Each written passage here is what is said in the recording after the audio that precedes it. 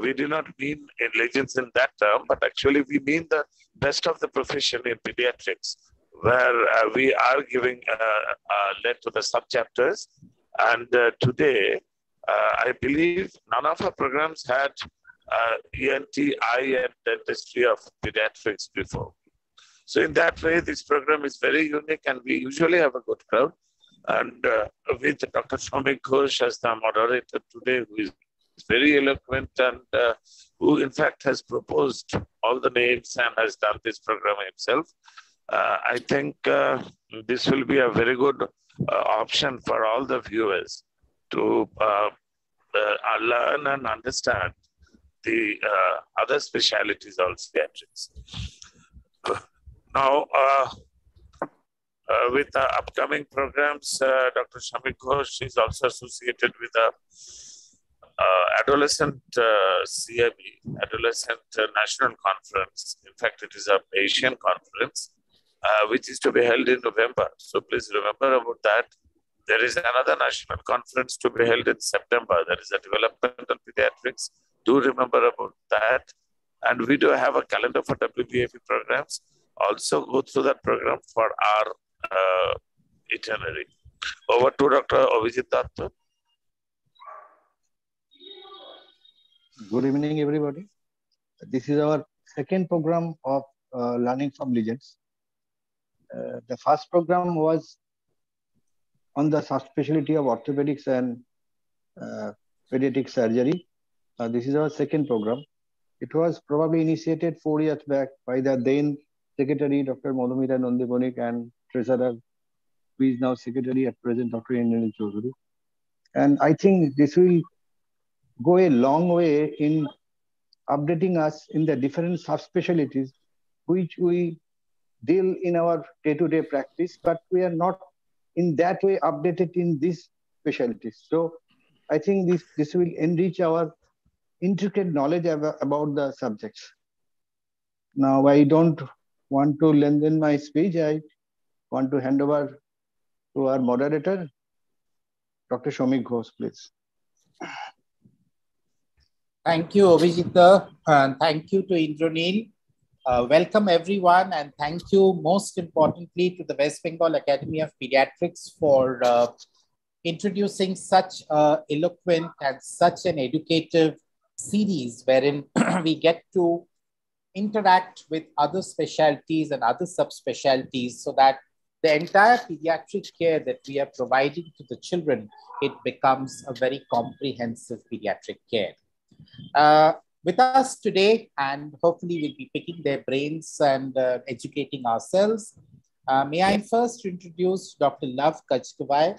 I think so a lot of us here in Kolkata and in West Bengal, we are aware of his expertise in pediatric ophthalmology. He is our go-to person with any problems that we have faced, whether it is with preterm newborns, term newborns, eye injuries, eye tumors. I can go on and on. And Dr. Love is a very enterprising, dynamic person. He goes out of his way to help his pediatricians, as a lot of you who will be attending today's webinar will vouch for. So welcome, Dr. Love, and hope to have you again in the future. But for today, thank you very much for sparing your time. Thank you so much, sir. Thank you. Thank you, Dr. Love. Right. We also have Dr. Sharmishta Bandyopadhyay. Now, Dr. Sharmishta Bandyopadhyay is an ENT consultant, and she is currently attached to the Bhagirathi Neotia Hospital for Women and Child Care. And this particular hospital, as you all know, has been a go-to place for pediatrics for the last 20 odd years now. Sharmishta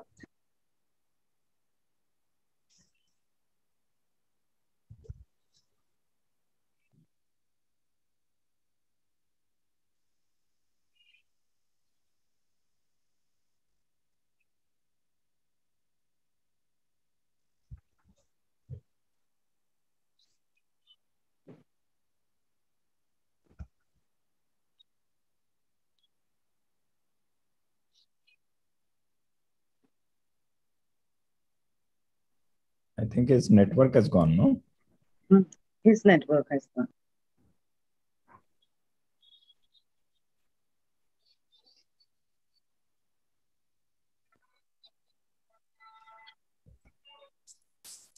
Shomikta, are you there?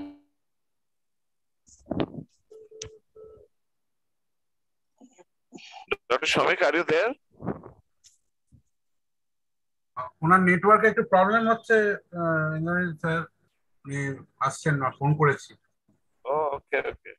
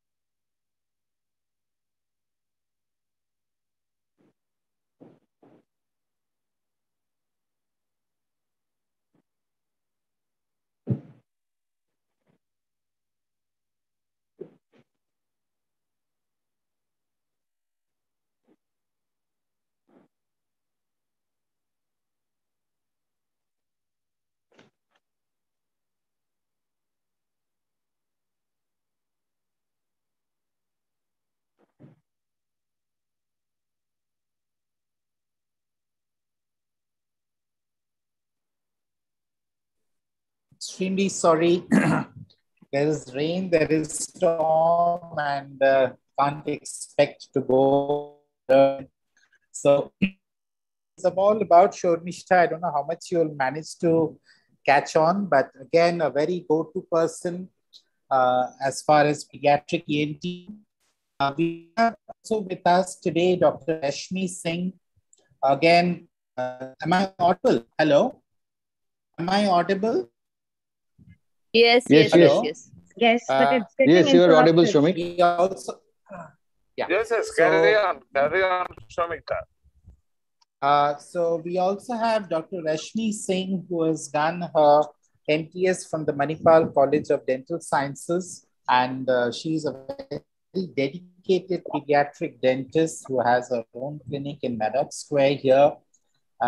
It's been a very long association with Rashmi, and she has been a savior in many, many situations where with the children and their teeth, we get into trouble. So without wasting any further time, let me go on to share my screen.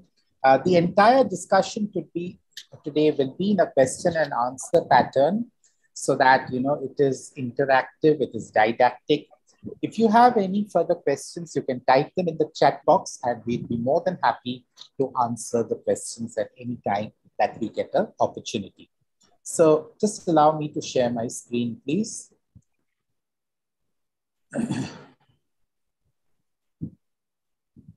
So I hope the screen is visible now. Yes. Yeah, thank you so much.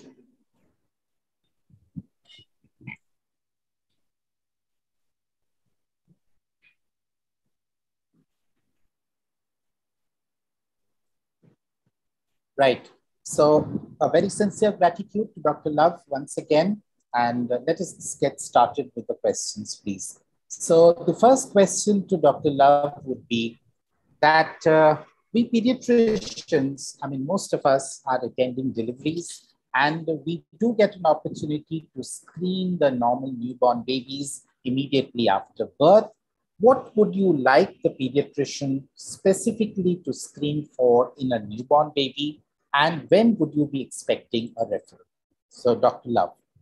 Yeah, for normal term babies with a normal birth weight, only thing I would suggest is that the red reflex, if you see any abnormality in the red reflex in the pupil, should be referred immediately. And otherwise, if it is a preterm or low birth weight, then obviously the referral is for ROP screening. I think you'll discuss ROP later on. So the take-home message is that please don't forget to check for the red reflex, and because most of the congenital cataracts otherwise you would be missing and they would be picked up later, and that might cause issues because even the associated problems may not be unearthed. So yes, thank you so much, Dr. Love. The next question for you obviously is, with preterm newborns, what would you lay out as a criterion for ROP screening, and when is the referral ideal? This is again, Dr. Shamik, I would actually very honestly thank you that you gave me an opportunity to talk to your colleagues, because this is one area where I would say we are missing something. And ideally, at the pediatrician level, the referral should be if it is a preterm child and birth weight less in Indian scenario. In Western scenario, it is 2 kgs. But in Indian scenario, if it is less than 2.5 kg or 32 weeks or earlier, then it should be referred, and time of referral is important here. Time of referral should be either when the child attains 32 weeks or 1 month, whichever is earlier. So if it is a post 32 week child, then it should be referred at 1 month from delivery, or if it is a pre 32 weeks child, so whenever the child attains 32 weeks, that time it has to be referred for an eye checkup. Yeah. So the take home message is 32 weeks, right? That is the and 2.5 kg, 2.5 kg. And 2.5. Thank you so much, Dr. Love. And I'm sure we will not go into the details of the referral and then their follow up, because that is your domain. Once it reaches us, it is our domain. Yes, absolutely. But the important thing is the referral has to be done. We are all treating a lot of preterm newborns. We are all exposing them to a fair amount of oxygen therapy, where the oxygen delivered is not really regulated. And as a result of which, there is always a possibility of retinopathy of prematurity. And if the child is still admitted, suppose, when the ROP screening criteria is met and the child is still in an ICU, we go to the NICU and we do the screening there itself. Thank you so much, Dr. Love. We go straight away to the next question. So, in infancy, the child having grown a little older, pediatricians as well as parents often pick up, some squints. So what is the ideal time for referral of squints, and what are physiological squints and what are pathological squints? Most of the children where you have confusion about the squint, that is generally pseudo squint, and the most common being pseudoesotropia because of the telecanthus. But first 3 to 4 months, the eyes keep wandering. So first 3 to 4 months, if you are observing the squint, that is not very significant till the child develops fixation. And once the fixation comes around 4 months of time, and if there is a squint, 2 kinds of squint will be there, whether eye is going inward or outward. Inward is called esotropia, outward is exotropia. Outward squint is not an emergency, that generally comes and goes into what we call as intermittent divergent squint. Some part of the time it is seen, some part of the time it is, most of the time in the day it is not seen. But if it is an inward squint, esotropia, then early referral is required, because esotropia has to be operated early. Okay. Thank you so much for that observation. I'm sure the message has been taken home. Right. So most pediatricians will be advocating a routine eye check for various reasons. And from time immemorial, whenever we've admitted our children to school, whenever we've been practicing, we've all been signing these school entry medical certificate forms. And we often have questionnaires on the vision of a child. So from when should parents routinely get their child's eyes checked? That is the question.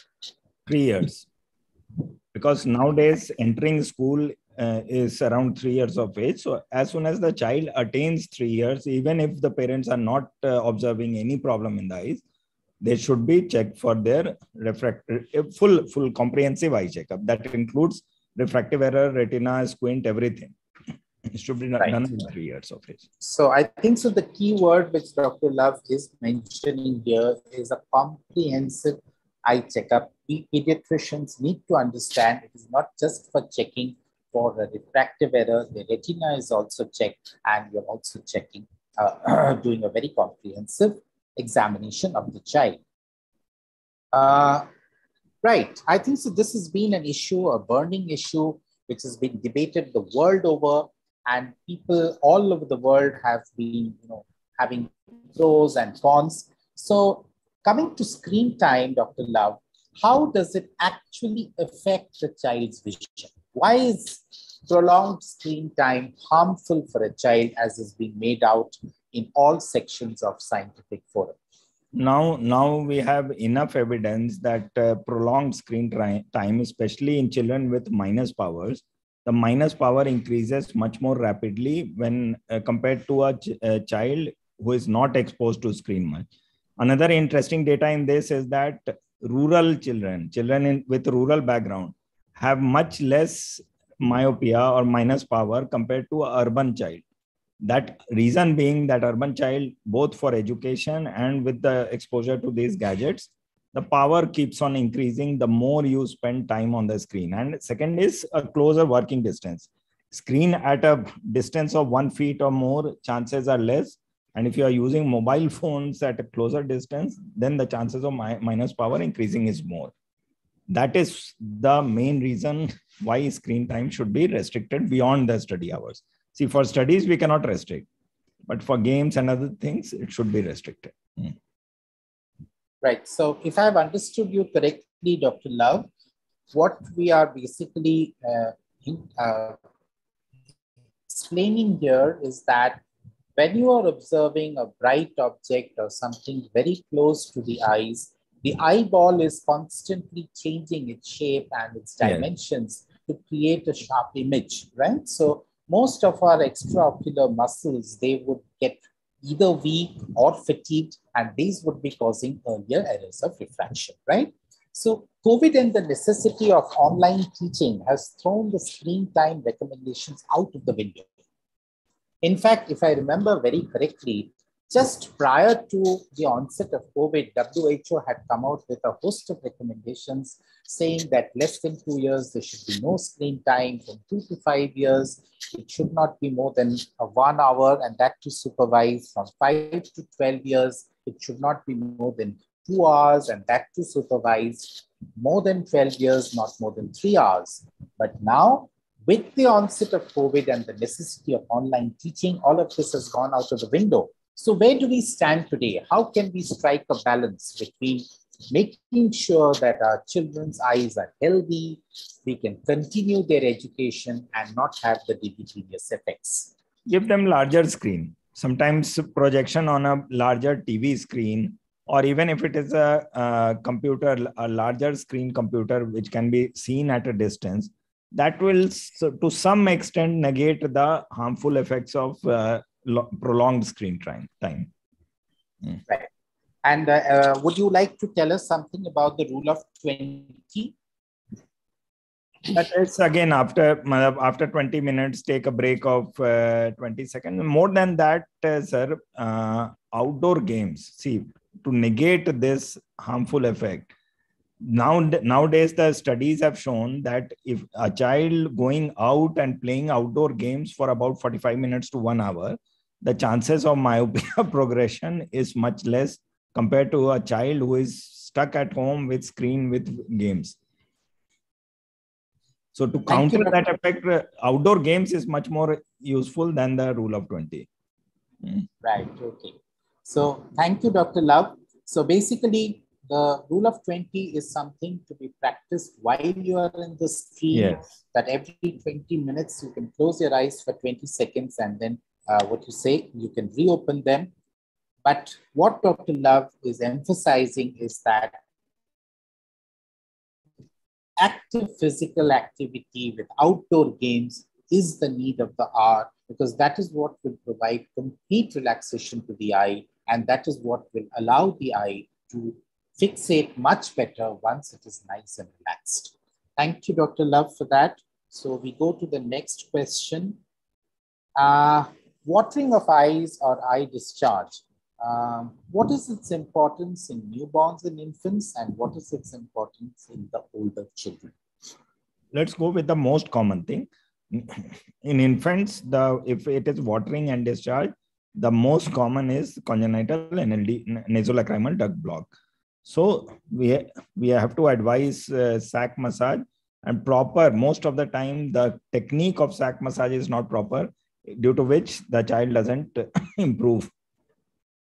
Second common cause, I would say, especially in infants, is congenital glaucoma. If the child is having watery eyes and photophobia, then we have to look for whether a ophthalmos is there or not. These are the two most common, I would say, for infants. In older children, watering discharge, most common is the spring catarrh, what we call allergic conjunctivitis. And especially once a child starts going outdoors, and then it starts and goes, if they are prone to allergy, it continues till 15 years of age. So that has to be treated with the various anti-allergic drops and minimum use of steroids. Steroids have to be used, but to a minimum level. Self-medication has to be avoided.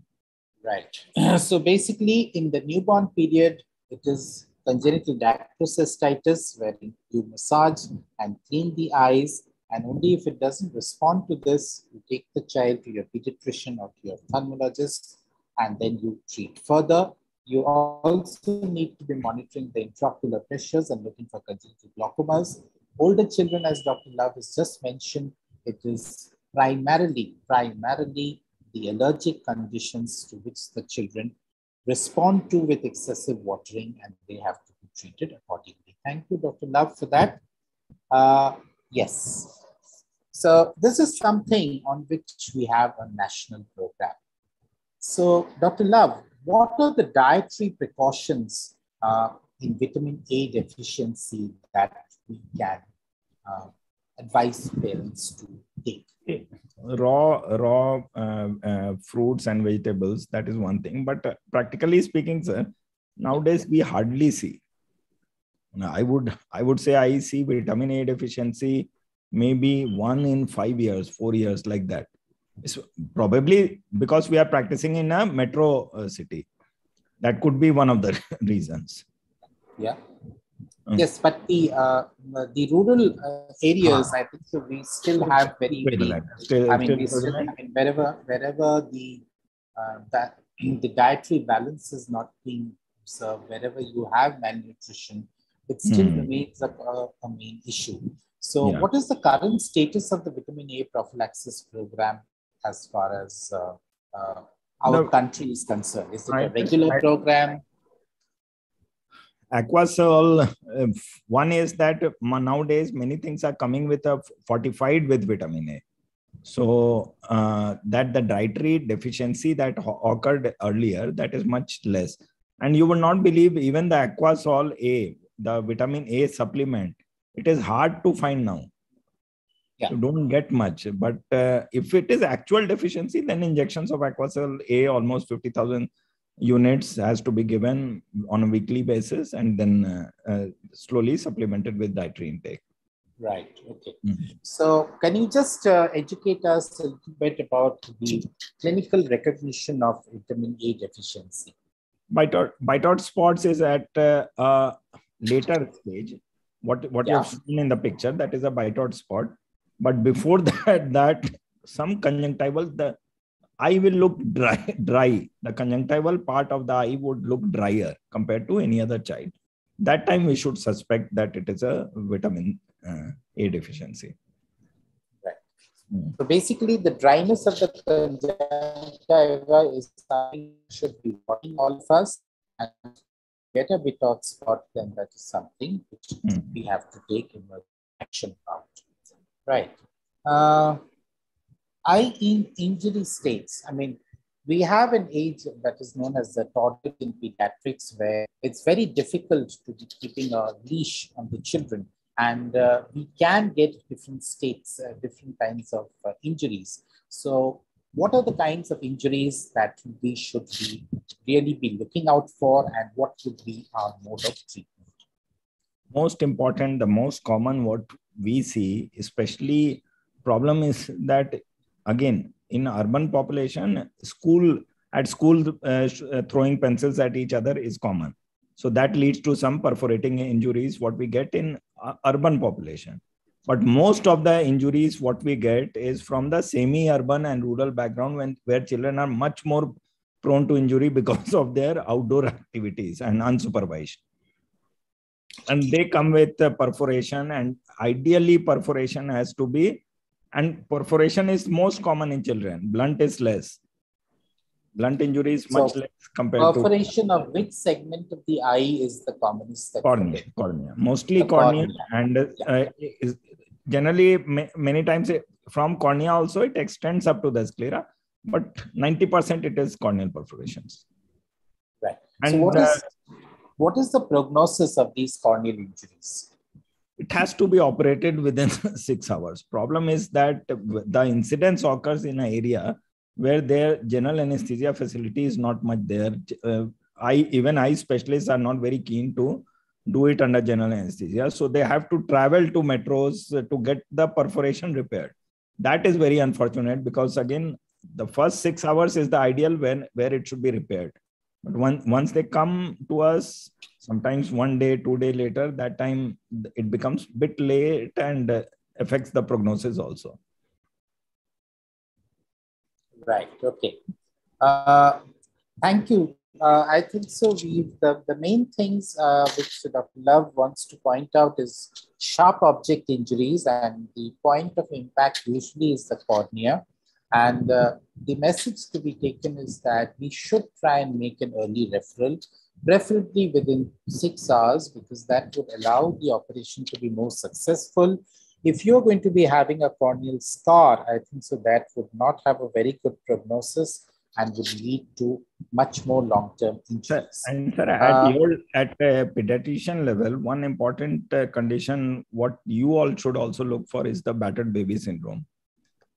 Sometimes, very rarely, once in a year or twice, once in 2 years, one child comes. Yeah, certainly.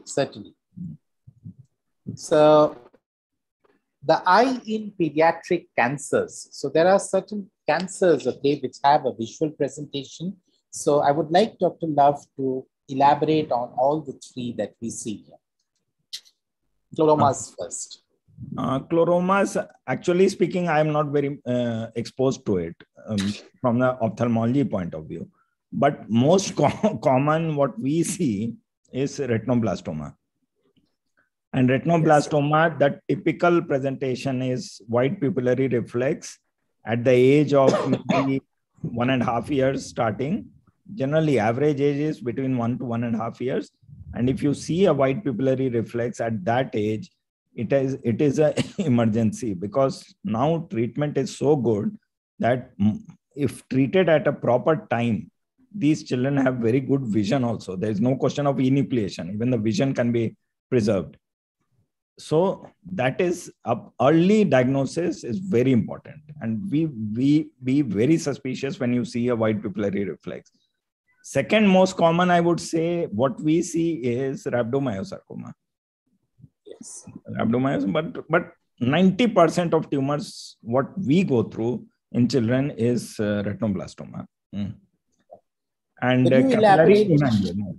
Yeah, yes, I was just going to ask about that.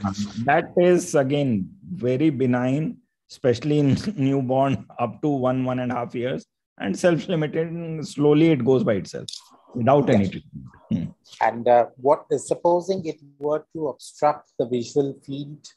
Then we have to intervene at either by mechanically lifting the lids, or sometimes injection of steroid within the lesion. That leads to early regression of the capillary hemangiomas. Right. Thank you so much, Dr. Love. Right. So this is another very common condition, I think so, which we all get to see, periorbital cellulitis. So how would you differentiate clinically preseptal, septal, and any radiological investigations to be done?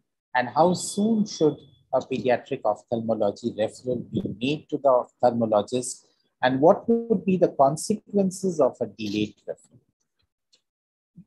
Yesterday, the child, what I saw, you had admitted at Neotia was a preseptal. Yes. So the preseptal is mainly the anterior part of the lids. It has not gone into the orbital portion of the eye, and it will be, see, clinically you would make a difference that eyes are absolutely quiet. The infection is limited only to the lids, but eyeball conjunctiva, there is no congestion. Extraocular movements are full. That means it has not gone deep. Once the conjunctiva starts swelling, conjunctival inflammation starts, then our suspicion should increase. And most of the times, orbital cellulitis will be much more aggressive looking, with little bit of proptosis also. Extraocular movements will be affected, and you can differentiate it quite easily whether it is a preseptal or a proper orbital cellulitis. And mostly it is treated by IV antibiotics only. So we need your help only in that. We can start giving some antibiotic eye drops, but with IV antibiotics, generally they respond well. Thank you so much, Dr. Love. I think you are out of station, and it is very, very kind of you to join in. Are there any questions in the chat box? One more, Dr. that how do you do the massage? Yes, the proper lacrimal massage. So for lacrimal massage, use either your little finger or an index finger, and at the sac area. Here you will feel a depression of the lacrimal sac, the bony depression. So press it on that and slight downward movement. Slide just maybe half a centimeter. That itself will push the fluid in the lacrimal sac into the duct and lead to building the pressure and opening the nasal part of it. And frequency, every time what we tell is 10 strokes every time, and throughout the day 7 to 8 times. So 7 into 10, around 70 to 80 strokes per day. Thank you, Dr. Love. Like I was saying, he's out of station. I think he's in Bhubaneswar on some official work, but he was very kind to join us and make the session so fulfilling. Do we have any further questions for Dr. Love, or shall we take the questions at the end? Okay, I don't think so. There are any further questions as of now. But please do type in your questions, and I think so if there are some more, we can take them towards the end. We next move on to ENT issues associated with pediatrics. And again, once again, our sincere gratitude to Dr. Shomishta Bandopadhyay. Shomishta, you are there? Hello? Yes, I'm there. Yeah, thank you. So our first question to Shomishta is that how does the ear, nose, and the throat develop after birth? And developmentally, what would be the significant disorders that we encounter in children? Firstly, at this outset, I thank you, Dr. Shomi Ghosh, and the office bearers of West Bengal Academy of Pediatrics for allowing me to speak over here. This is a vast topic, so it is very difficult to cover within our this specified time. So coming from the ear, what I want to emphasize that the 3 different parts of the ear, am I visible to the audience? Yeah, you are. Am I visible to the audience? Yes, you are. You are. Go ahead. So the 3 parts of the ear, the external ear, the middle ear, and the inner ear, they develop separately. The inner ear develops first. This is from the otic placode and subsequently otic pit and otic vesicles. They develop at the earliest. Thereafter, the pinna, which develops from the, say, auricular hillocks, which at the end of the 4th week. And then the middle ear and the external ear. So what happens when we see the abnormalities of the ear, they are not always combined. The craniofacial abnormalities might be associated with deformities of the external ear. Some deformities of the external ear might not be associated, might not be associated with deformities of the middle ear. And if there is not even a craniofacial deformity, a child can develop hearing loss because of, say, for example, Mondin's dysplasia. See, in case of when we think about the pinna, there are lots of levels of microtia because of improper fusion of the auricular hillocks. But always microtia is not associated with an auricular atresia. In that case, the external auditory meatus is proper. So we have to think about that. And many a time, say, for example, if we think about Treacher-Collins syndrome, you might have seen those patients, and they have abnormalities in the outer ear and the middle ear, but most of the time the inner ear is perfect. So when we treat them, we try to develop the speech first. So because if they have no external ear, then we would think about a bone conduction hearing aid to develop the speech first, and later on we can think about the plastic repair. Yeah, so the developmental stages are a good guide as to what kind of interventions that you would be doing as soon as you get something in infancy or at birth or even in childhood. I mean, that is what is the message which needs to go across. And obviously an appropriate referral at the right time is what we are looking at. So can we go on to the next question? We haven't yet covered the nose and the the throat. So those are easier developments, and whenever there is a difficulty in fusion, we can have cleft lip and cleft palate and associated deformities of the nasal septum. Sure. Thank you so much. Okay. So the next question is, this is something very common, and I won't say very commonly, but this is something we pediatricians should be able to suspect properly. So how does a pediatrician suspect a choanal atresia clinically? How does he get it confirmed radiologically? And so what is the appropriate time for a referral?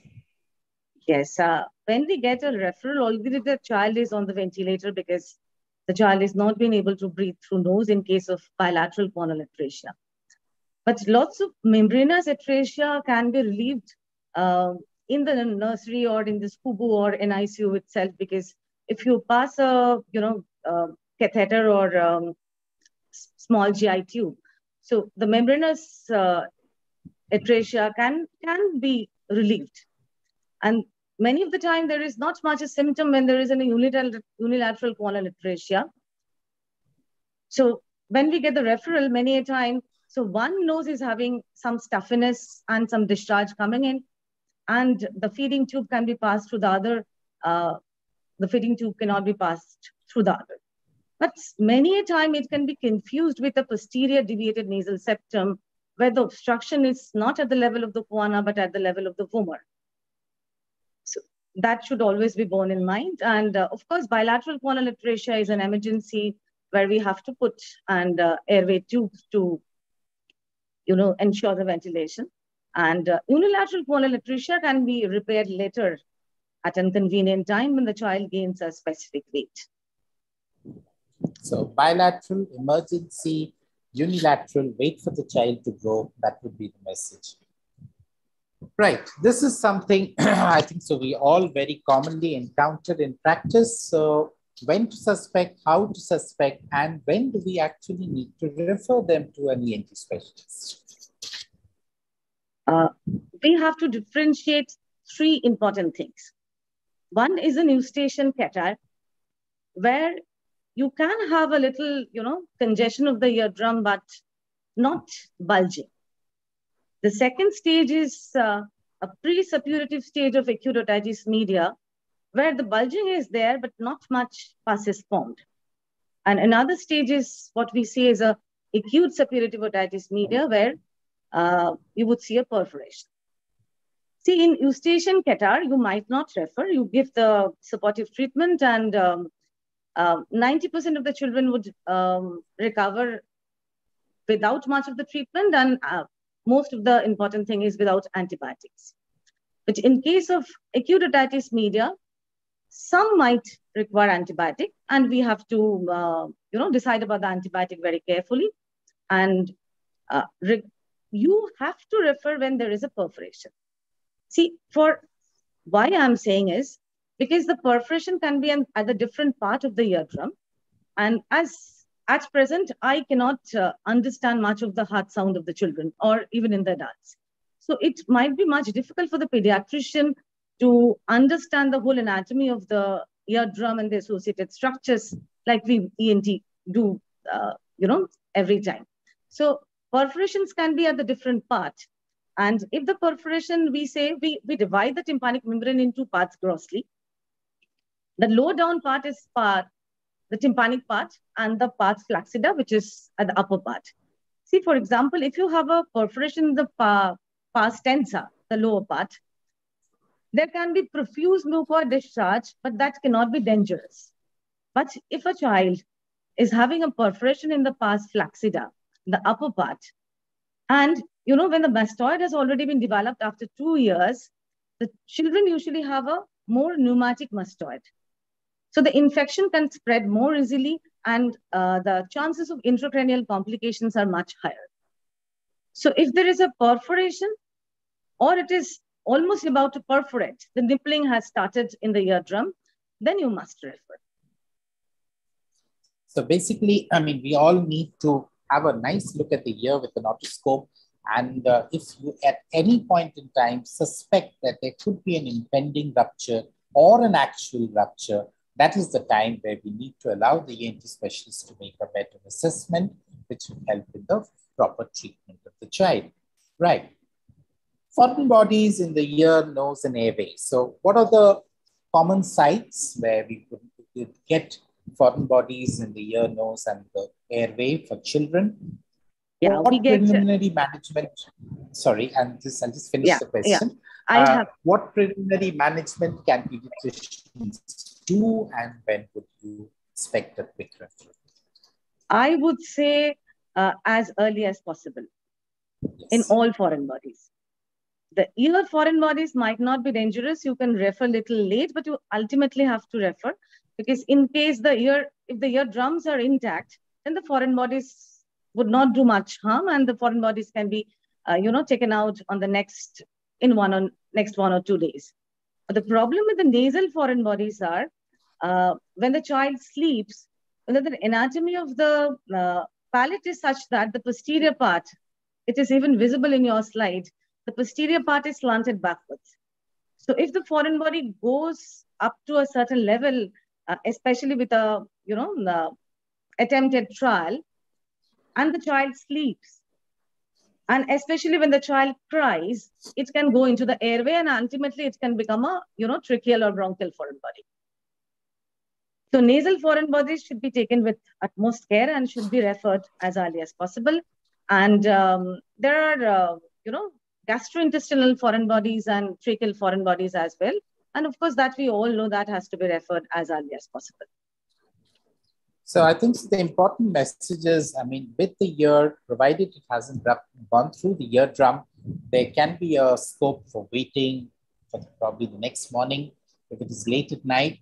But given the anatomy of the nose and the way the palate functions in children, it would be quite dangerous to let this be and wait.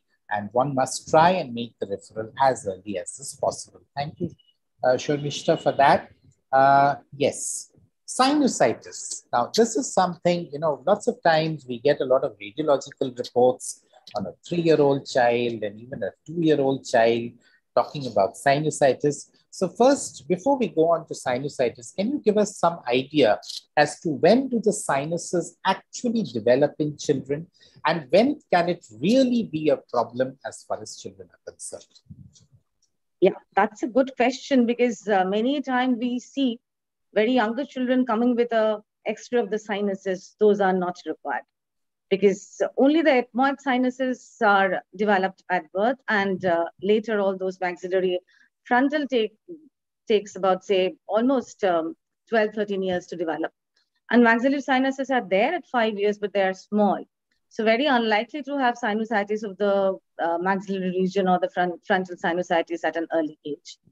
But we rarely, though rare, so we get ethmoid sinusitis. And as you were discussing with the ophthalmologist, Dr. Love was telling about the preseptal cellulitis. So many a time, ethmoidal sinusitis in children, they develop complications very early and can have preseptal cellulitis and ultimately develop into orbital cellulitis. So maxillary sinusitis we can expect after say 8-9 years, and frontal sinusitis after 12-13 years. Sphenoid sinusitis is rather rare in most of the cases. Yeah. So ethmoid, though it is present at birth, is a very rare location for sinusitis. It's very, very rare. Yeah, sphenoid sinusitis is again very rare. So we are really looking at maxillary and frontal. So the maxillaries, I don't think so they become clinically important before 8 to 9 years of age, and the frontal ones, as Shobhita just mentioned, will not present very significantly till you're about 12 or 13 years of age. Yes, you did mention that, we pediatricians are very prone to writing occipital-mental views of of the skull to detect sinusitis. So any role for X-rays left, or would you straight away advise a CT scan? If I suspect sinusitis clinically, I would straight away go for a CT scan.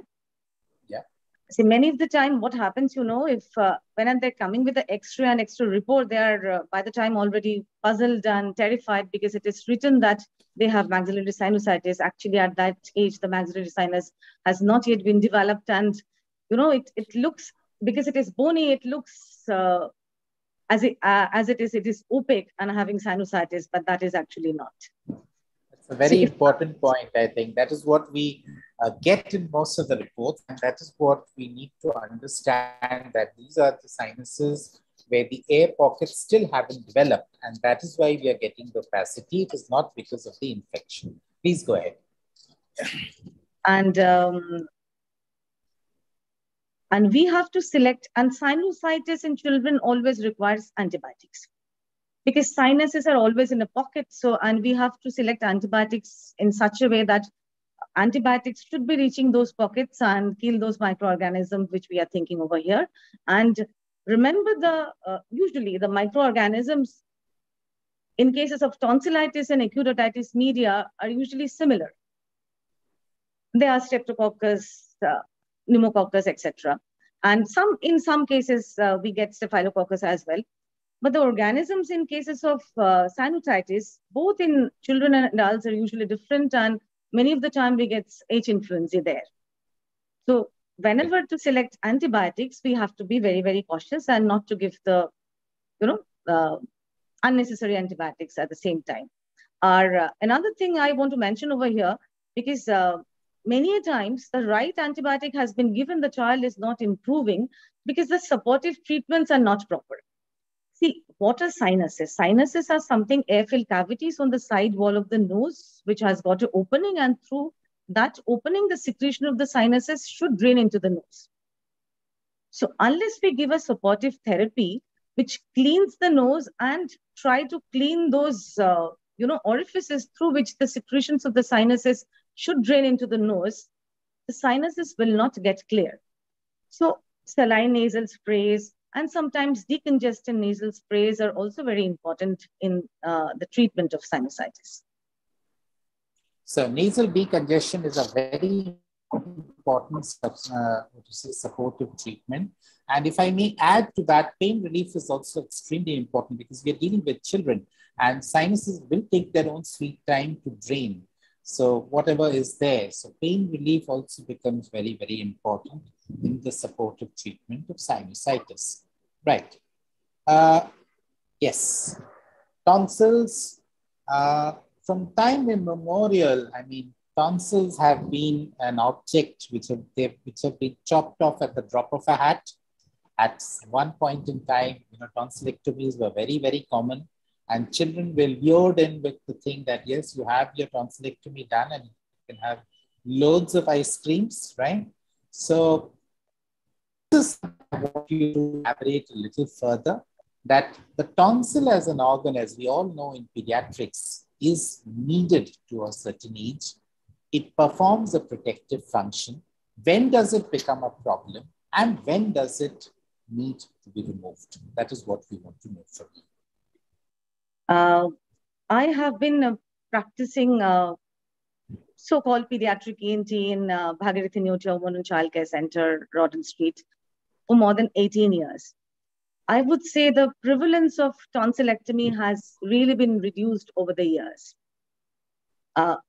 What we want to emphasize that, say, from 2 to 5 years, the tonsils are important for the body, as well as adenoids. So whatever the organisms are coming into the mouth and nose, and that we explain to the patients also, when they are fighting with it and they get enlarged in size, and we are expecting an enlarged tonsils or adenoids between 2 to 5 years. So what happens, say after 5 years, say some 6 years onwards, the tonsils should start regressing, and by 12 years of age, they should not normally be visible. So 2 to 5 years, we would encounter only when that we are having a kissing tonsil, which are touching in the midline and which are, disturbing with the respiration and deglutition. Otherwise not. Even if the child is having a sleep apnea, we would try medically first. And I personally do not want to interfere surgically before 5 years of age. And many times it has been seen as, because the growth factor of tonsils are still there till 5 years of age. If you operate tonsil before 5 years, because we don't dig the tonsil out, we shave the tonsil by whichever method we do, so that some growth factor remains and there is chance of regrowth. But when you can treat tonsillitis, see the grades of tonsils are there. If the tonsils are not, touching in the midline, you can treat tonsillitis with the standard antibiotics and supportive measures. But if you have if the child is having a membranous tonsillitis or follicular tonsillitis, it is better to refer. Reasons for that? Follicular tonsillitis, even these days, even at Neotia, it's one of the, poshest hospital in the city. We have seen rheumatic fever. And still we are seeing patients, though rarer, with very high ASO titer, and many of the time, those can be corroborated with, their types of fever and the recurrent acute tonsillitis. So the criteria nowadays are, if you have, say, more than 7 infections in a year, or say 2 infections for consecutive 3 years and so, then the tonsils might need to be operated. But there are another group of tonsils which are called parenchymatous tonsils, where we rarely see any follicle or membrane. But tonsils are big. The softer tonsils, big tonsils, they do not regress that much, but do not cause much harm. So nowadays, parenchymatous tonsillitis, if they are not touching in the midline, even if they are grade 3, we might not remove. So basically, the message which is going across is that preserve the tonsils till about 5 years of age. Let them do their growth and immune functions, whatever they are doing. Treat them if they are infected conservatively. More than 5 years of age, when we would expect them to regress. If you have kissing tonsils, that is tonsils so hypertrophied that they are coming in the midline, those are the ones which probably would need intervention and would need to be operated upon. So the entire list or indications have reduced, and yet we should be very, very careful that where needed, we must allow the ENT surgeon to operate. Thank you so much, Sharmishta, for that. I want to mention please, another thing over here. Yeah. Though the topic is tonsillitis, but if we think about the tonsillar enlargement, there was also a question going on from the audience. If there are unilateral tonsillar enlargement in children, so those should be operated and sent for histopathological examination, because lymphoma these days are though rare, but we can see few cases, and if we operate tonsils, which should send for histopathological examination, because even these days we see some tonsils come out with tuberculosis. Right. Sharmishta, I think so. We've got questions from a very revered person. He's one of my teachers and one of our very respected person in pediatric pulmonology, Dr. Professor Gautam Ghosh. And I think so maybe we can take his questions and then move on. He's made a comment about nasal foreign bodies, wherein you talked about a very urgent referral. He's talked about the role of the pediatricians in giving teaching mothers to give a mother's blow or a bag mask blow. And apparently that is associated with a 98% removal. So how much would you advocate that? Can you please repeat, because the questions came to me in, can you please repeat? It's there in the chat box. So nasal foreign body, a mother's blow or a bag mask blow apparently is quite effective in removing nasal foreign bodies. How much would you agree with that statement? Just a second, I'm just going through the chat box because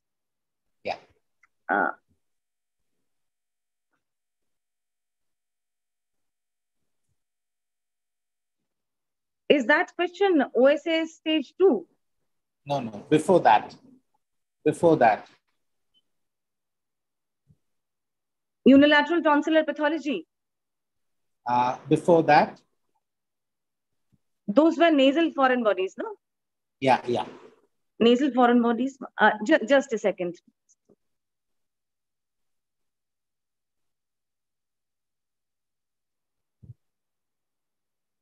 Persistent allergic versus vasomotor. Yeah, before that, there is a question on nasal FP. I don't know why I'm not getting that. Can I just read it out? Can we go to that later? Okay, fine. So would you want to answer this? How can you differentiate persistent allergic versus vasomotor versus bacterial rhinosinusitis in toddlers? See, the differentiation between the allergic rhinitis and bacterial rhinosinusitis is rhinitis or rhinosinusitis is rather easier, because in most of the cases of allergic rhinitis, the rhinorrhea is a watery, clear rhinorrhea, which is rather might be difficult to differentiate with viral rhinitis. But in viral rhinitis, we get other symptoms. In bacterial rhinitis, we usually get a thicker secretion, which can be whitish, greenish, yellowish secretions. And if it is a bacterial rhinitis, then we might be getting associated symptoms like fever, body aches, headaches, maybe toothaches sometimes. The vasomotor rhinitis, I would say it's very rare in children. I don't remember I have come across in last couple of years. But we can at least have a check, though it is not foolproof, that the total serum Ig sometimes correlates with the higher total serum immunoglobulin E sometimes correlates with allergic rhinitis. Right. And if you take a proper history, then the parents might give a proper history about the allergies. Fine. Okay, let's move on, I think, Sharmishta, to the next question. Deviated nasal septum, right? How important are they in the pediatric age group? Do they undergo autocorrection? And when would you need us to refer them to you for intervention? Yeah, I would answer the second question first. Autocorrection can happen, because what happens, nose is one of the most protruded parts when we are there in the mother's womb, and it can get traumatized from outside. And if there is, we always say that if this is like this, and if there is a fracture or even a green stick fracture, if it goes like this, there can be a deviation. And then when the nose grows, the deviation can go this way, the deviation can go this way also. So there can be possibilities of autocorrection. But what we emphasize especially to the mothers, so when a child is having an allergic rhinitis, which is very common nowadays, so they rub their nose so vigorously, so that can increase the chances of deviation. So I always emphasize, when you clean the nose even with a saline nasal spray and otherwise, put equal pressure on each side and do milking. don't rub the nose. So this is one point. Another thing is, maybe we would come with the topic later on, but the nasal bone fractures should be corrected even if they are not looking that much of displaced or deviated. Because whenever there is a nasal bone fracture, there's a fracture of the septum most of the time, and especially if the child is having epistaxis. So if we correct the nasal bone fracture, so in most of the time, the deviation also get corrected, and the chances of, the deviation getting gross or, severe later on is less. So, and the facial development is complete, say, at around 18 years of age in males, and I would say a little earlier, around 16, 17 years in females. So we don't generally do much correction before that, unless there is a very gross deviation and the septum is touching the lateral wall. See what happens if the septum is touching the lateral wall, and when the sinuses are developed, say by 12 years of age, if you don't correct that, so there is much more chances of sinusitis and much more chances of development of nasal polyps. So you don't need to refer a deviated nasal septum, which is a mild or moderate at a very early age. If there is a gross deviation of the nasal septum, ENTs might need to interfere at the age of 12 years. And if there is a moderate or gross deviation, which is, restricting the airways, we can repair after the age of 18 years. But in very rare cases, say, for example, a child is having a deviation along with a cleft palate.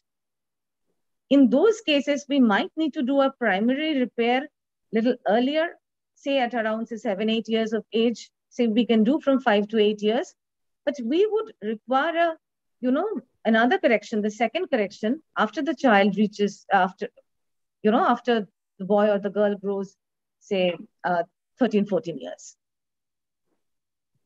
Absolutely. Basically, I mean, we have to wait for the anatomy to completely figure itself out, and before we try any corrections of the nasal septum.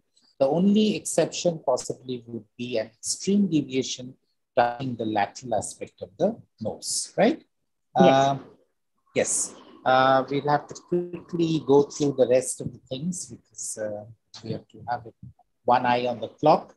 So nosebleeds, very common thing we get in pediatrics. So what would be our approach to spontaneous epistaxis? What would be the methods of stopping? And what are the danger signs and when to refer? Yes, this is quite common, but the most important thing is not to panic if the child bleeds. And nowadays, the approach has changed. Even in the adults, we are not putting any nasal pack because nasal packs are also doing lots of irritation on the nasal mucosa, and capillary bleed actually increases. So I don't tell them to, what is there in the picture, I don't tell them to close the nose also, because if you need to press the nose, that pressing has to be there for constant about 5 minutes, which is very regular for a general people. So we tell just you can inhale, take a little bit of ice cold water in the pump and inhale that. The mothers can help the younger children to do that. And you can put a little bit of ice, at the bridge of the nose where from the arteries are being generated. But it needs to be investigated because there can be a nasal cause, there can be a systemic cause, because we have encountered some,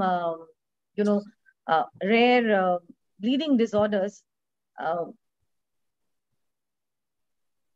In most of the cases, if we test the, say, extrinsic and the intrinsic pathway of coagulation, we can make out that. So the basic thing is commonly we would be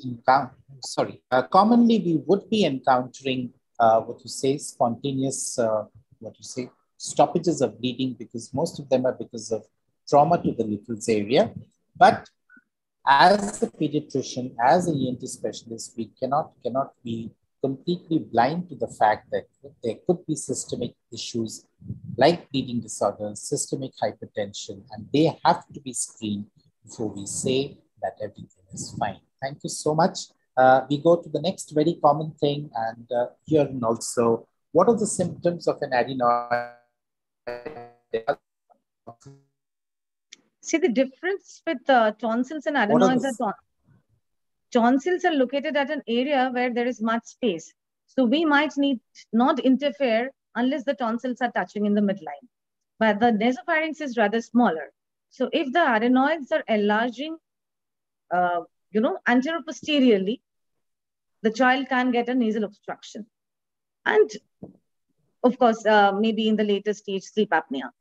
So that can be assessed by a lateral radiograph very well. But I always emphasize that the lateral radiograph should be taken after, say, using saline nasal sprays for a certain amount of time. Why? Because if you straight away advise lateral radiographs, there is a mucus lining over the adenoids. And when you see the radiograph, you actually feel the adenoids are very big. And actually, adenoids are not that big. But we have to also assess whether the adenoids are increasing lateral ways or not. So for that, we have to assess audiologically by assessing tympanometry and eustachian tube function test. Because if they are touching the eustachian tube orifices, then we are likely to have some fluids in the middle ear or at least an dysfunction of the eustachian tube. So adenoids might need to be, removed in some cases little earlier than 5 years. So what we say, if we have to remove an adenoid before 5 years, then keep the tonsils for the immunity. And if we remove after 5 years or 6 years or later, then we can remove the tonsils and adenoids together. Because see what happens, if the adenoids are enlarged anteroposteriorly too much and it's not reducing with the conservative medical treatment, then if a child develops adenoid facies, then it is much difficult to, repair or correct at a later stage. So adenoids have to be dealt at a little earlier age. So the basic message is adenoids a little early, and if at all you remove adenoids before 5 years of age, try and preserve the tonsils. After 5 years of age, possibly a complete tonsillectomy would be more advisable. Thank you, Sharmishta, for that. Yes, group. Clinical symptoms, management, role of investigations, including radiology. It's more of your subject rather than ours. Yes. So what we do here, even if we give steroids, we want to give oral steroids, but not want to put a channel, because the moment the child cries with the channel, the croup increases. Yes. And yeah, we absolutely. And we would prefer humidifier, maybe a steam from a distance, and the child is in the mother's lap, so the child is crying less and the croup improves more. Yeah. So basically, leave the child undisturbed, use a proper anti-inflammatory, and most cases would respond. If they do not, there's very little that the ENT specialist will be doing. It would be more of us managing on case of croup. Thank you so much for that. Very quickly, hearing disorders. Again, a very, very vast topic, but what I would really like you to emphasize is the role of newborn hearing screen and when to refer. Maybe the other things we can discuss later. Yeah, the newborn hearing screening should be offered to all, not only to at-risk children, because if we test only at risk, we might miss 50% of the hearing loss. And in most of the time, the child is being referred little late, or the child is being referred early and they have come late, knowing that their parents have started speaking at a much later age. So that is wrong. So that if the child is not babbling at, say, 9 months, 10 months, the child can be referred to the ENT. At about 18 years, there should be a proper speech and language development. If that is delayed, the child should be referred. See what happens, the plasticity of the speech center reduces at a significant rate after the age of 3 years. So the speech must be developed before the age of 3 years. So unless we get the referral early, the speech cannot be developed. And thank you so much. Yes, please continue. And even these days, Vera, the brainstem evoke response audiometry remains the gold standard for identification of hearing loss, and even for deciding about the hearing aid and cochlear implants. Sharmishta, I think so we will end the Yeti session over here, right? Yes. We'll take further questions at the end of the dental session. Yes. So I hope you're not in a hurry, and we can take the questions later, right? Okay. So I'll just stop sharing because Rashmi's just quickly. Rashmi's presentation is a little different, but yes, sincere gratitude to Dr. Rashmi Singh. And I'll just stop sharing and then share her screen. Thank you. Thank you for that, Sharmishta. Rashmi, just give me 2 minutes. Are you okay to be sharing from your side? Or shall I share?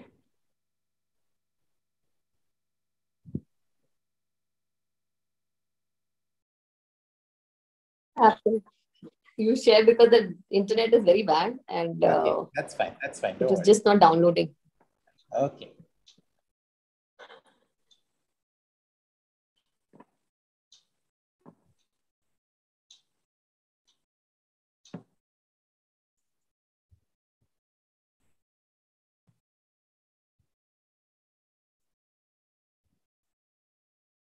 Just give me 1 second.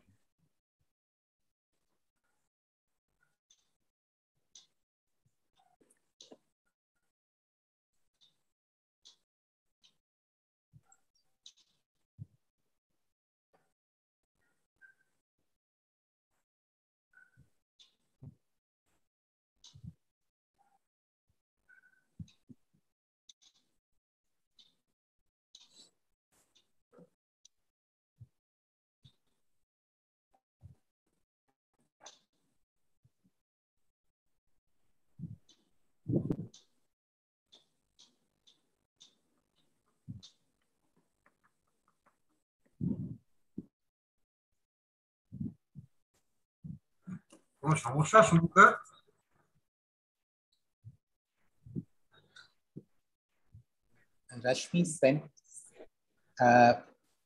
Rashmi sent me a new copy of her presentation, and it still seems to be downloading.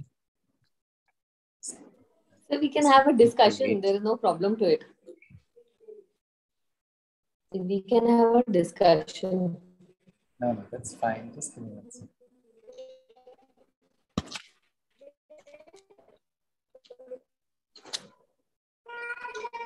Right, Rashmi, while presenting downloads, let us get started on our discussion. And the first and foremost thing, Rashmi, firstly, thank you for joining us. Like that, it's so kind and share. Rashmi, one of the first things that there's a notion which exists amongst a lot of pediatricians is the first tooth that usually erupt in children are milk teeth. And these milk teeth, for whatever knocks they take, whatever problems we have with milk teeth, they really don't need much of a, what should I say, treatment or attention. So how wrong or right are we, and how would you want to correct that impression? Okay, so first I want to thank you and the West Bengal Academy of Pediatrics to give me an opportunity. I had done a similar presentation when I joined in Apollo. So there's a lot of misnomer that we think that Rashmi, I think so your audio isn't coming through. Can you switch off your video and talk? I think so that will help. The main thing is that the foundation is not right. Will the building stand? Is what the question is. Yes, I'll do that. It's very poor. No, Rashmi, sorry, are you? Am I audible? Rashmi, can you switch off your video and talk? Am I audible? Am I audible, sir? Yeah. Yeah, you're audible. I think so you can switch off your video. I think so that would, yeah, now you're audible.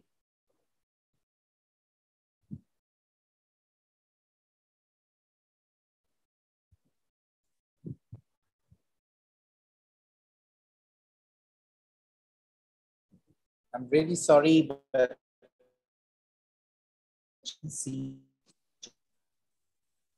Am I audible, sir? yeah, now you're clearly audible. Clearly audible. Am I? Okay, so I've just stepped out. So the thing is that these milk teeth need to be treated because they are foundation teeth. Point is the pediatricians see the children. The first point of contact is the pediatricians. Yeah. And the trust of the parents is utmost on them. Leaving these teeth to rot creates a lot of trouble. Chewing, as well as education, everything, they become hyperactive.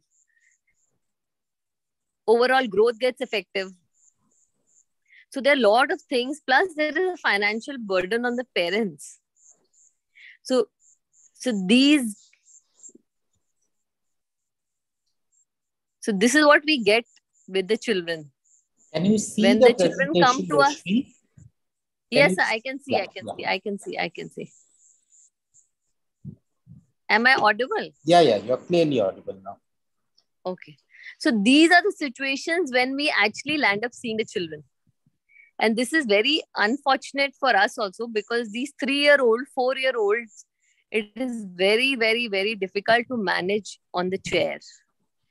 Even adults have dental phobia.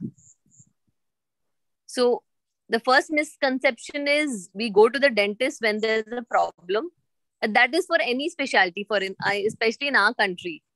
The belief that a regular checkup needs to be done is not there. So ideally, according to the American Academy of Pediatrics or our Indian Society of Pediatric Dentistry, is you visit the dentist when the first tooth erupts or by the first birthday, so that you are educated as how to prevent the issue rather than go when the issue is already started. And that can only be done by your fraternity. The pediatricians are the first point of contact. So, yeah.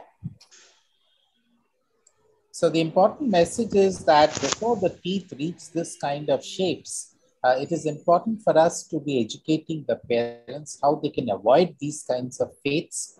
And so whenever the first dental trip or the first consultation with the pediatric dentist should ideally be when the first tooth erupts and they are well educated as to how to take care of them, right? So the second thing is there are 2 sets of teeth. So the thing is people feel the teeth are going to fall off. But as we see in the slide and the next picture which will come up will show that the permanent tooth gets ready and then pushes the milk tooth out. It's not that at the age of 6, the entire set falls and a new set comes. The falling of these teeth starts at the age of 6 and continues till the age of 14. Right. So point is we have to understand as physicians, as medical people, that these teeth are equally important and they are not going to fall off. Yes, they fall off, definitely. But they are not going to fall off in a go. So if a child has an issue at 3 years and the tooth which is going to fall at 12 years, and if you feel it doesn't need intervention, then that's a wrong thought process. Right. Okay.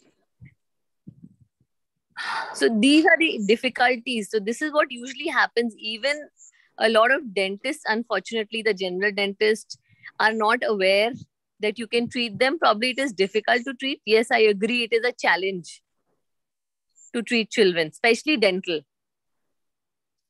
So they have pain, they have chewing difficulties, speech issues, psychological problems, and all that eventually leads to a lower quality of life.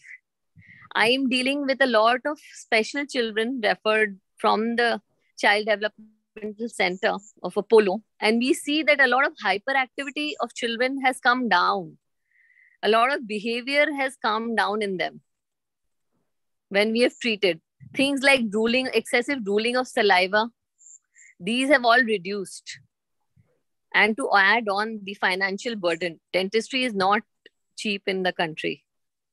Plus, there is no coverage. So it is really expensive. So if we can start at an early age, then a lot of problems are going to be reduced. Right. So basically, once a problem is set in, it's not only difficult to intervene, it is also a financial burden to intervene. So again, prevention is going to be better than cure. And that is why before any pathology sets in, maybe a visit to the dentist would really benefit the parents. Yes. So earlier, the concept was it's a milk tooth, you get pulled out because a new tooth will come. But we don't realize if we are pulling out a tooth at the age of 3 and the tooth which is going to come at 12 will come only at 12. My pulling out a milk tooth at 3 is not going to get the tooth out at earlier age, because each tooth has a time span to develop and get out into the jaw. So in that case, what happens if you don't have teeth to chew? How are the children is going to affect the overall health of the child? They learn to hold the food in the mouth, make it soft and gulp it. So there are a lot of children we see where the parents complain they are taking 2 hours, 3 hours. If the child is having difficulty in chewing, they will not chew it. They will just soften the food and swallow. So overall, that will lead to constipation. It will lead to increasing time, more difficulty. Yeah, absolutely. So the importance of chewing in developing the right digestive powers and the right eating habits, it cannot be more emphasized. So there's no question of, just extracting tooth and leaving the gap in the chewing. Yes. And that is not going to help the child. So the other treatment options also need to be explored. So what are the common dental problems, Rashmi, if you can just elaborate on them? These are like dental caries, alignment issues, which are a big problem for parents because that is visible and troublesome aesthetically. There are harmful habits, which we'll just be quickly covering. Dental emergencies, which mostly you will probably be getting calls from the parents. Gingival diseases, halitosis, delayed eruption. So the prime problem is the dental caries, which is like rampant. So we'll just see how it begins. So these usually begin as white spots, which are mostly ignored.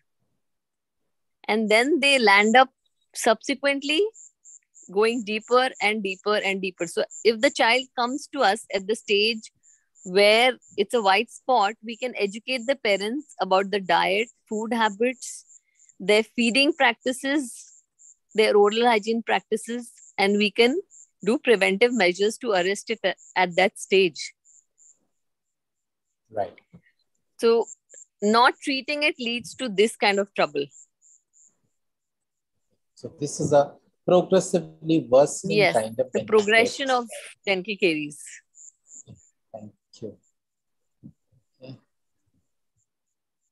I guess so these are just simple treatment options which we do even 3-year-old kids, and it actually lifts their morale. They are so happy. I have not shared pictures. They are ready to smile. Probably there are a lot of kids who are introvert and don't want to interact because they've been probably bullied. So simple procedures. Yeah, absolutely. I think so. The emphasis is to give them no excuse for having body image issues and allow them to mix into society without any inhibitions and without any disfigurement of the teeth. Right. Yes. What is this showing? This is again caries. So if you could come to the next. So again, this is just simple rehabilitation of. So this is the old one. So you can quickly skip this. We've just showed some pictures where the child has been rehabilitated and is more confident. Right. So there are some, yes, sir. So this is a completely rehabilitated child. Yes. Okay, fine. So these you could skip because this is the old presentation. Again, rehabilitation. Simple procedures. So again, so extraction leads to these troubles where we think we can just pull out the teeth, and it leads to malalignment issues. Other than chewing issues, it leads to issues where the teeth start shifting because each teeth is supporting the other tooth. The lower jaw is supporting the teeth in the upper jaw. So whole thing starts shifting the minute there are spaces around it. Right. So in these situations where we are forced to remove them, we have to give these appliances. So that is why always the first choice is to treat it at the earliest stage and try and save the milk tooth. So basically, it's a continuous turnover. So if you're going to be keeping gaps in between, it would affect the motor development of the child. Yes.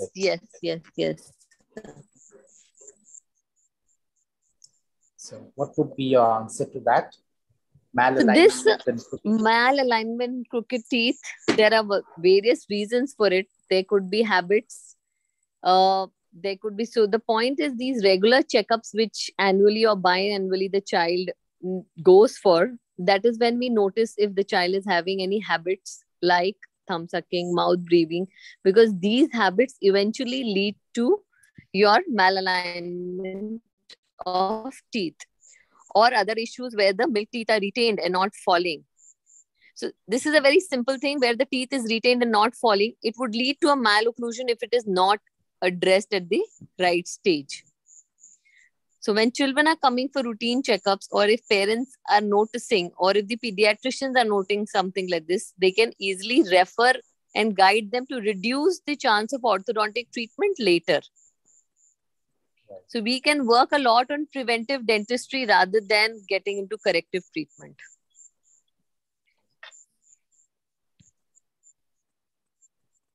So here again, the teeth is retained. Now, if this is not addressed at the right stage, it leads to a problem called as a cross bite, where the upper jaw is behind the lower jaw, which is not a normal process.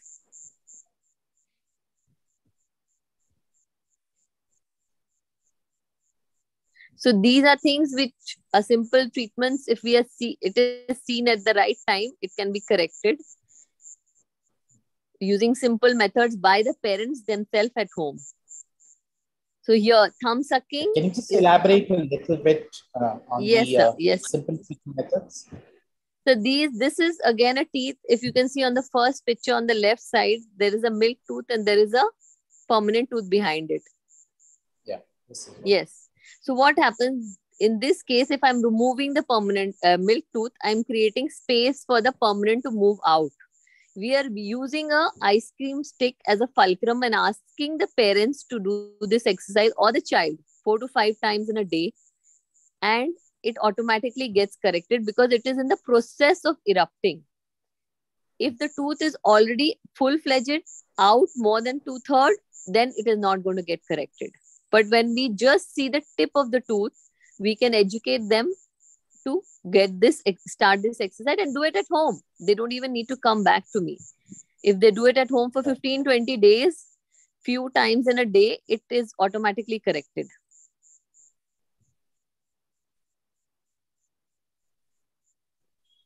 Okay.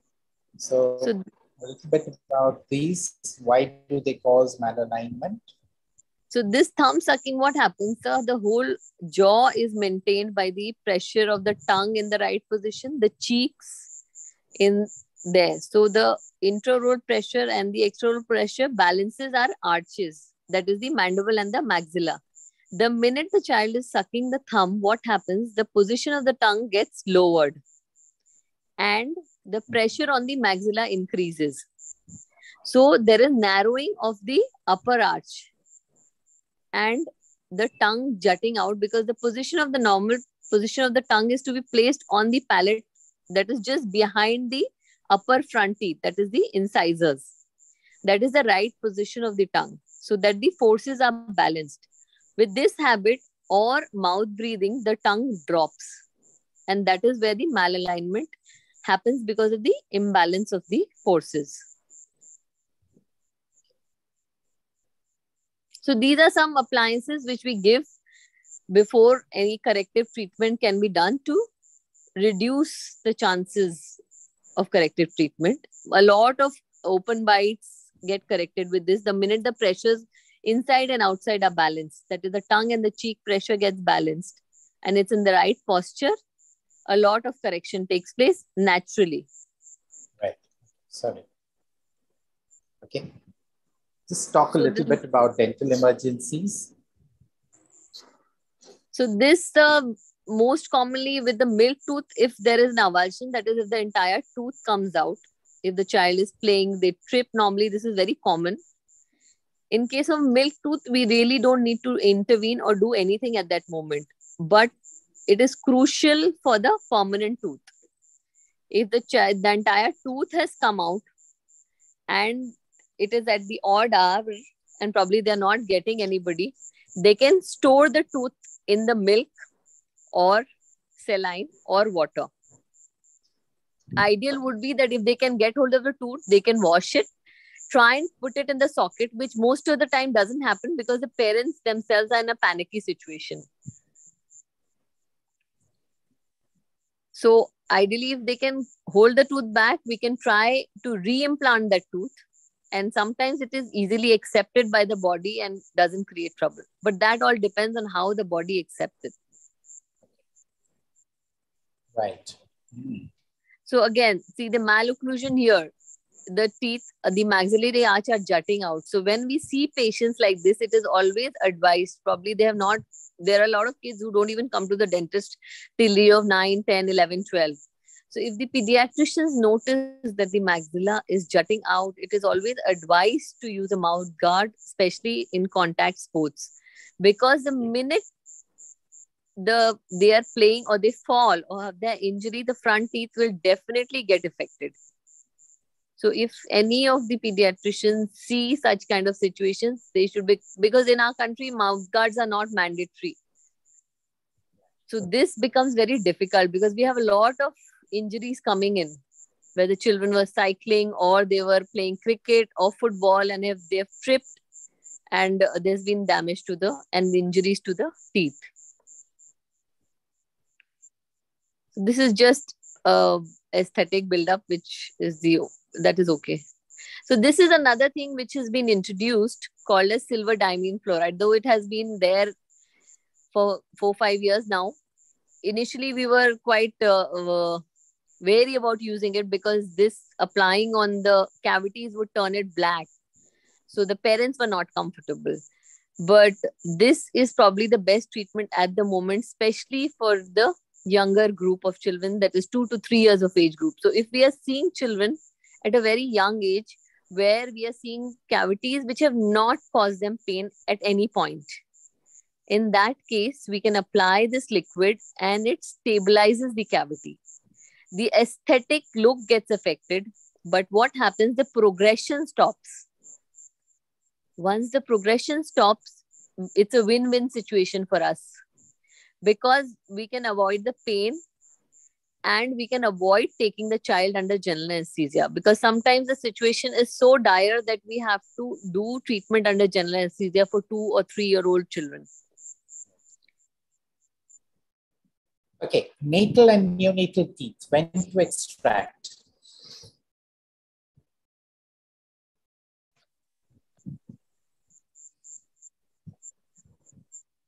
Rashmi? Yes, sir. Yeah, natal and neonatal teeth, when to extract? So this we usually extract when they are sharp or they are loose and they are interfering with breastfeeding. If the mother is comfortable and if the child is not developing any ulcer on the ventral part of the tongue, we usually prefer not to extract. So if they are firm, we leave it. Okay. But if they are loose, we definitely get them out. So sharpness and loose teeth, these are the two. Yes. So this we can skip. This is a preventive thing. This was my old presentation, which I think we can, so halitosis, again, we all know there are different causes to it.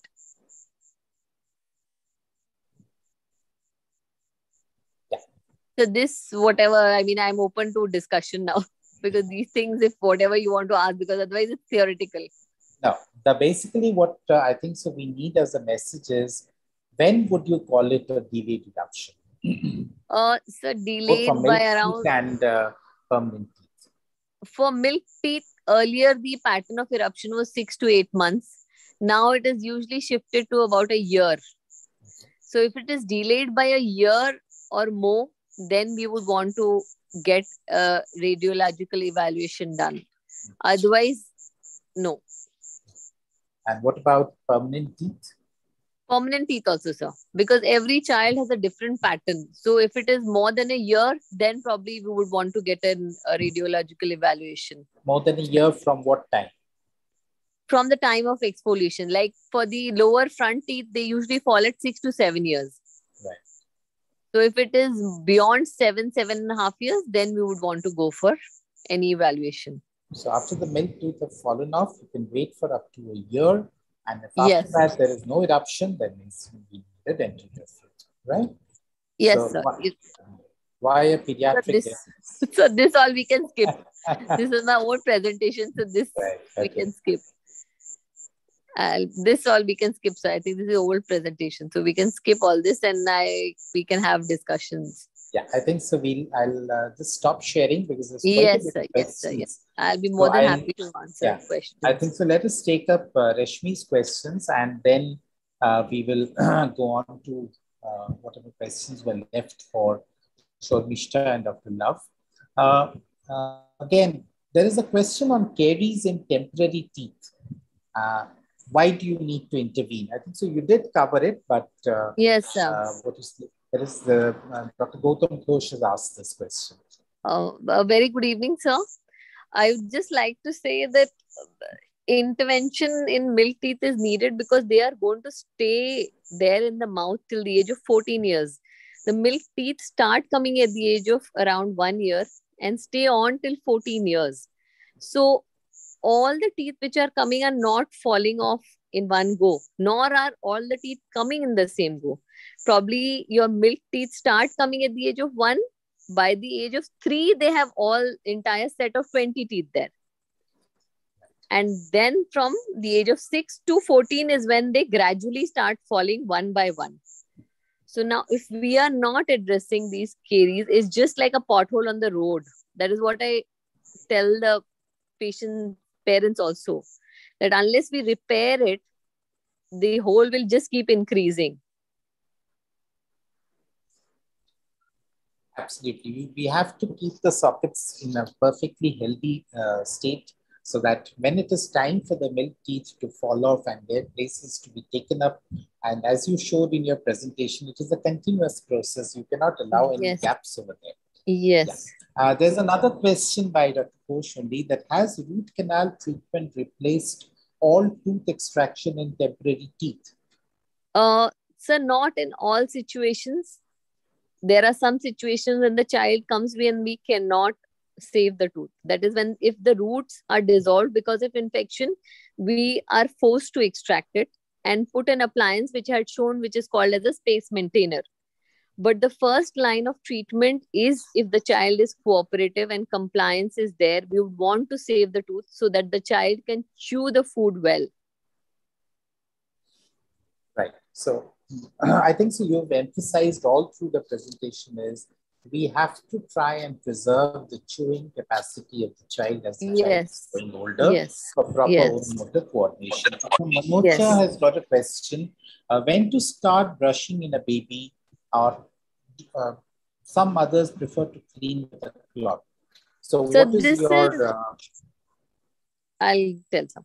So the point is, before the teeth have come, we advise the parents to use a gauze or a soft cloth, wet it and clean the gum pads as well as the tongue. The minute the first tooth shows up, nowadays finger brushes are available which are soft and which can clean the gums. In fact, it helps in the teething troubles also to be reduced. When they are brushing, it is automatically massaging the teeth. So even when the single tooth is there, the brushing starts. Okay. The very common question from pediatricians, if I can add on to what Dr. Manocha has asked, is when can we start using toothpaste in children? And what would be So the recommendation of the fluoride content in the toothpaste? now the recommendation in US is that they can use regular toothpaste, but the amount is different. So it is the smear for 2 to 4 years, and beyond that a pea size can be used. So here in our country we are still following of using from the age of when the tooth erupts, we can start using the fluoridated toothpaste, which is available for children for 450 to 500 ppm, say about till the age of 5 years. Okay. So it's the difference would be a smear till about 3 years, then a pea size. And beyond that, beyond 5 years, the 1000 ppm toothpaste, which is available in the market, is advised. Thank you so much, Rashmi. Thank you very much for the time you've given us and for so eloquently answering all our queries. Can we go back to Shomishta for a few remaining questions and before we can wind up? I think so. Did you get the question on the nasal foreign body? Yeah, I got it, but because I am not aware of that, we normally take out the foreign body in the sitting position with the nasal hook, with the proper visualization, and we have to anchor the child properly. That is very, very important. And we generally reassure the child and the parents before that. And another thing I want to mention over here, like in ear foreign bodies, we say we can wait till the next morning or day after. But we have to be aware about the vegetable foreign bodies, which actually absorbs water and become rather big and snugly fitting. Then it might be difficult to remove in the next morning. If it is an inert foreign body, we can wait for the ear. If it is a vegetable foreign body, then it is the earlier referral is a better one. Absolutely. Thank you, Sharmishta. There's Dr. Prashanjit Ghosh talking about penicillin prophylaxis and the modern day recommendations for it. It's better because the penicillin prophylaxis is already given by you people, the pediatricians have given. In cases of, say, but I would not say in chronic tonsillitis. It is better in recurrent acute tonsillitis where we are in a dilemma whether to operate or not to operate, and the tonsils are not causing much of the obstructive apnea-like symptoms. In those cases, is it better? But in chronic tonsillitis can be managed by simple gargle and oral hygiene, like what Rashmi has said. Even I say to my patients, if you brush teeth and gums twice daily, if you gargle twice daily, in many of the cases, even the bad tonsils get better and we can avoid operations. See, there are one thing coming up. The adenoids are the only source of IgA antibodies. So it would be better if we can keep adenoids and tonsils, and if we can avoid unnecessary operations on them. So, Sharmishta, I promise not more than 2 more questions to you. Dr. Gautam has got another question on indication of rhinoscopy or upper laryngoscopy in children. My honor, sir, you have asked me questions. For epistaxis nowadays, as because we have pediatric endoscopes, it is always many a time advised that rather than putting a pack and removing the pack after 48 hours, and because when you put a pack, it becomes very difficult for the children to breathe because you cannot instruct them how to breathe from mouth. So it is, if possible, if general anesthesia permits, so we can do a rhinoscopy and identify where from it is being bleeding and cauterize the area or like it. This is regarding rhinoscopy. And for laryngoscopy, because we haven't covered those topics, like if we suspect a clinical laryngomalacia, so, see, most of them, maybe 90-95% of them, children outgrow laryngomalacia by the age of 1 year or maximum 18 months. But if it is not improving and if the symptoms are more for any stridor, it might not be laryngomalacia. Even if I suspect laryngomalacia clinically, it can be something else. So it is better to do a laryngoscopy to identify the actual problem. It can be laryngeal wave, laryngeal. Dr. Manocha, absolutely, yeah. So Dr. Manocha has got, another question What measures should pediatricians take for fishbone infection in the throat? See, one thing I want to emphasize here, see, fishbone can get impacted. Some part of the fishbone is visible, so it is very easier for the ENT specialist to take out that part because we can hold it properly. At one point, it can injure the part of the tonsil and the lateral pharyngeal wall, and it has gone into the gastrointestinal tract. Another thing which we are facing nowadays, it has gone deep into the tonsil or into the lateral pharyngeal wall, and years after we are feeling fishbone, in the neck, which can be visible over the skin. So those fishbone needs to be taken out with an incision on the neck itself. So fish bones should be dealt clearly, and we would rather not advise to have lots of banana and raw rice to gulp in so that it goes. In those cases, mostly the fishbone can injure the lateral pharyngeal wall and go in, or it can go deep into the lateral pharyngeal wall where it can form abscess or can need to be removed later. It migrates along the neck. In the Q&A section, we had one question addressed to Dr. Love, which he's already answered, I think so, on redness of the eyes. There's just one remaining question, I think so. This is for you again, Shomishta. How to differentiate a yellow secretion from a nose to be bacterial or eosinophilic? How to differentiate whether it is bacterial or eosinophilic? I did think you answered this question because vasomotor rhinitis, or what is nowadays called as non-allergic rhinitis, is rather rare in children and maybe underrated also, because many a time we find some allergies, so we treat it as allergic rhinitis. But it is easy to differentiate between a bacterial rhinitis and allergic rhinitis. But we might have a similar symptom in cases of allergic and non-allergic rhinitis. So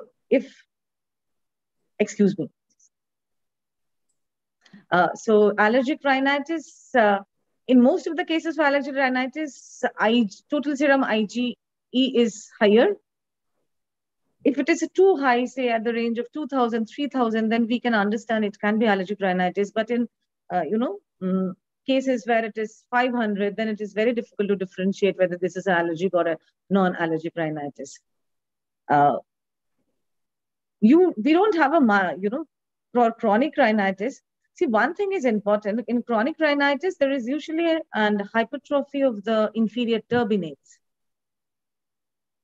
And in allergic rhinitis, when we see clinically through anterior anoscopy, the color is quite pale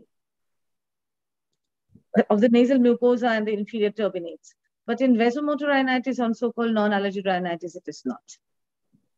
Thank you. Thank you, Shomishta. There's one question from Dr. C.K. Ghosh on age for tonsillectomy. I think so you did cover that to a certain extent. Can you just give some take-home messages regarding that? So from 2 to 5 years, unless the tonsils are touching in the midline and not having recurrent tonsillitis or a recurrent peritonsillar abscess, don't operate. From 5 to 6 years, if the tonsils are not regressing in size and if they're touching in the midline, it is better to operate, and it ultimately gives a better growth to the children. After 12 years, the tonsils are not doing much to the body. So if they are very big, causing recurrent acute tonsillitis, more than 7 infections in a year, and causing obstructive sleep apnea-like symptom, then remove the tonsils, otherwise not.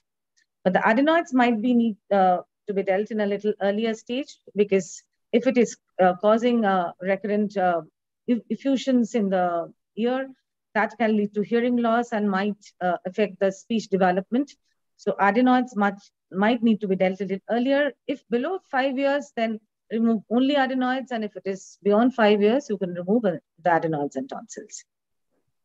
Thank you so much, Shomishta, for all your patience and for even repeating your explanations.